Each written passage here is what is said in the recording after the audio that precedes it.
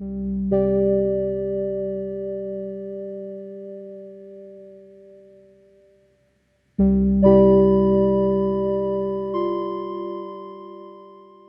atalaya de Igueste siempre ha tenido, desde justo recién la conquista, ha sido un punto de observación principal de la isla de Tenerife como lugar de avistamiento y de aviso al puerto de Santa Cruz. Bueno, lo que es la instalación ya en sí, que ya estamos hablando del final del siglo XIX, supuso para el puerto de Santa Cruz, para la isla y sobre todo para el pueblo de Igueste, pues supuso un gran avance, ¿no? Porque gracias a ello pues llegó el telégrafo. Llegaron gente venida de otros lugares, fundamentalmente de la península, al ser un cuerpo de militares los que ejercían su labor dentro de él, los semaforistas. Eso aportó pues al pueblo, creo que pues una apertura, ¿no? Una apertura al mundo, sobre todo en este final del siglo XIX, y hay que tener en cuenta también el hecho de que muchos semaforistas pues quedaron, o algunos de ellos quedaron vinculados ya definitivamente desde un punto de vista familiar, ¿no? por algún apego con el pueblo, ¿no? Desde el punto de vista de infraestructura, como infraestructura en sí, la importancia que tuvo desde el punto de vista del telégrafo y del teléfono.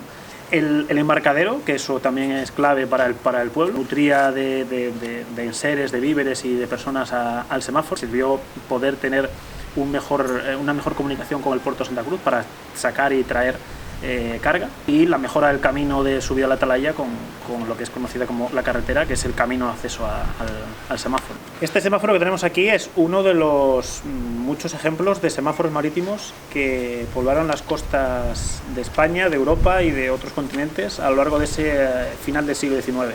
Hay un momento clave en este mundo de la comunicación marítima, y es la llegada del Código Internacional de Banderas, ¿no?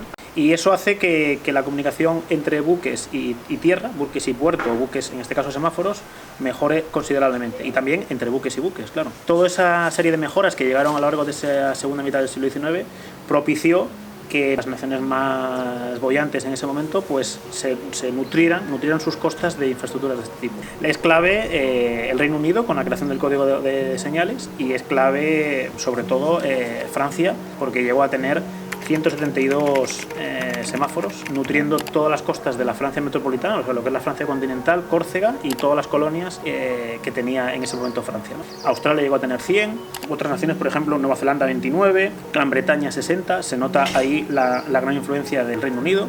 Pero también otras, Portugal con 15, Holanda con 13, Italia que llegó a tener 62 en ese momento. España no podía quedarse atrás con este servicio marítimo. Y en ese año 1898 es el momento de mayor número de semáforos que tiene España, con 18. Los semáforos de la península, de aquí de Tenerife, uno en Menorca.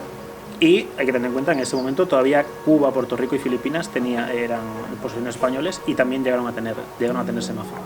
A lo largo de todo el siglo XX se fue perdiendo la actividad de los semáforos, España también, en los años 70 cesa esa actividad, y queda ahora mismo Francia, como esa pionera. Francia sigue contando con una red de semáforos. En este momento son 59 semáforos los que pueblan las costas francesas. El comienzo de lo que es desde el punto de vista normativo, legal, burocrático de la red de semáforos comienza en el año 1868, en el que hay un Real Decreto que ya se ve un interés por este tipo de infraestructuras, viendo que otras naciones ya cuentan con ellos. Y es en 1872 cuando ya se decide definitivamente establecer una red de semáforos, en ese momento comenzando con 3. Después va surgiendo una serie de normativa que es fundamental para reglamentos, etcétera, para ir estableciendo esa red. Se crean los proyectos de los semáforos, los proyectos desde el punto de vista arquitectónico, se crea el cuerpo de semaforistas, y eso da pie a que ya se puedan ir estableciendo semáforos a lo largo de determinados puntos de la costa española, siempre en lugares clave que es entradas a puertos, o sea, en lugares cercanos a puertos, en salientes o en cabos relevantes, y en los dos archipiélagos. Uno de ellos pues aquí en Canarias, con el semáforo de Igueste, que fue el único que había en este archipiélago. Y comienza al año siguiente el semáforo de Tarifa. Después van surgiendo otra serie de semáforos. Por ejemplo, al año siguiente, en 1874, en Santander. En 1881, Cartagena. En 1881 también, Monteventoso. Punta Galea, en 1882. Vamos viendo que son lugares desde el punto de vista portuario y marítimo muy claves, ¿no? El Ferrol, Cádiz, Bilbao en este caso, Tenerife. Finisterre en 1883. Estaca de Bares también en Galicia en 1889. Llobregat 1891. Bagur, que es un cabo que está en Costa Brava. San Antonio, que está en Alicante. Bajolí, que es un semáforo que se sitúa en la isla de Menorca. El de Tenerife en 1895. Y el último, ya en el siglo XX, en Cabo de Peñas. ya a lo largo del siglo XX va tomando la actividad cada vez menor importancia y es ya en los años 70 cuando ya cesa la actividad de todos los semáforos. Pues algunos están en ruina, como este de Tenerife. Hay otros casos, el de Monte Ventoso, el de Bajolí, que están abandonados.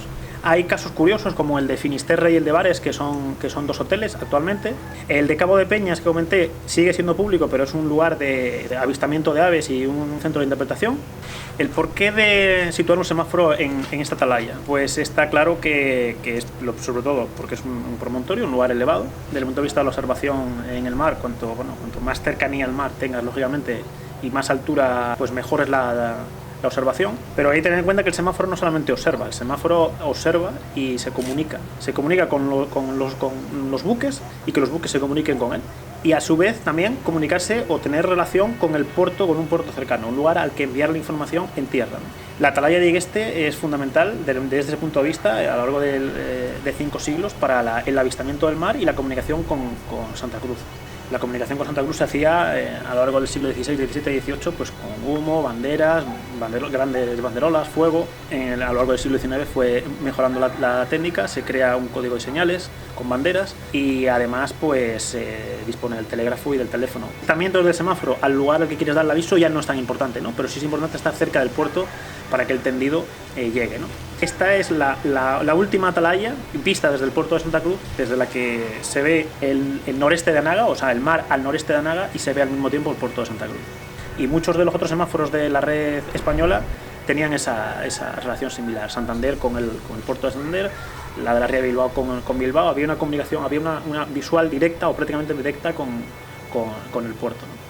Bueno, desde los años 70, comienzo de los años 70, el semáforo deja de estar en servicio, deja de haber semaforistas. Hay que tener en cuenta que ahí vivían los semaforistas junto a sus familias, o sea, en un lugar habitado. O sea, el edificio pierde su uso y pierde en definitiva la vida, ¿no? Porque ahí había gente que pasaba 24 horas al día, 7 días a la semana. Bueno, pues comienza una época de abandono y de entrada en letargo que da lugar a un periodo ya de completo deterioro y ruina, ¿no? Como es el estado de este semáforo y otros de la red española. El semáforo hoy en día sigue estando, es el testigo de un tiempo pasado y es un testigo de la vida y del trabajo que se desarrolló en él. Me gustaría seguir viendo el semáforo, que el semáforo nos siga viendo a nosotros, que esté en pie, que la estructura se siga manteniendo, que el mástil vuelva otra vez a tener toda su altura, ¿no? como tuvo y la perdió, ya que mitad de él está caído. Pero al mismo tiempo, claro, tenerlo así no es la mejor manera, ¿no? Porque el deterioro con el tiempo va a más. 2 zonas del techo que se han caído, sin ventanas, sin puertas, con el vandalismo que todos sabemos cómo ha ido derivando. Entonces creo que es importante una rehabilitación del edificio, una rehabilitación de la estructura, teniendo en cuenta que de nada sirve si no se le da un uso. Hay algunos proyectos de rehabilitaciones y pues darle uso hotelero, albergue, que yo lo veo más complicado porque otros semáforos sí que cuentan con acceso con carretera. Necesitas acercar a la gente al lugar dándole una cierta comodidad, ¿no? Este semáforo es el único que no cuenta con un acceso para vehículos, es un acceso a pie. Es un elemento singular. Creo que es algo importante porque creo que hay una recompensa cuando uno sube a él, desde el punto de vista físico y de la autoestima de uno, es decir, he podido llegar a él, y del punto de vista de las vistas que tiene, pues las disfrutas en un lugar en el que prácticamente no hay nadie, o los que te han ido acompañando a lo largo del camino. No tienes ninguna intromisión de ruidos ni de nada. El tema es darle un uso, una vez rehabilitado, una vez transformado a los tiempos de hoy, en el que se mantenga la estructura y se permita el poder entrar en él, pues darle un uso que tenga el menor mantenimiento posible. No se puede llevar agua, o es muy complicado, podemos entender, subir el agua ahí arriba, subir luz, subir o bajar materiales, bajar los residuos que se puedan generar en él. Todo es posible, pero hay que tener en cuenta que eso requiere un mantenimiento y requiere un personal subiendo y bajando. Creo que la estación meteorológica es un tema importante en el semáforo, porque el semáforo tuvo un uso meteorológico, y luego también hablan de instalación de webcams, por ejemplo, y es volverle a dar esa vida de observatorio al semáforo, observatorio meteorológico y observatorio del tiempo, pero también del mar y de los buques, ¿no? Entonces creo que eso es una de las posibilidades, ¿no?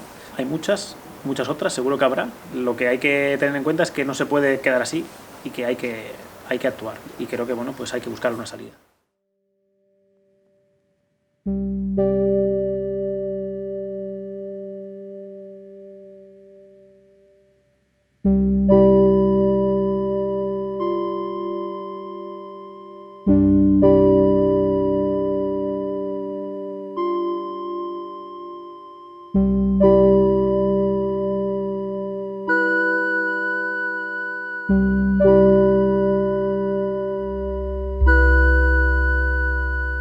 Thank you.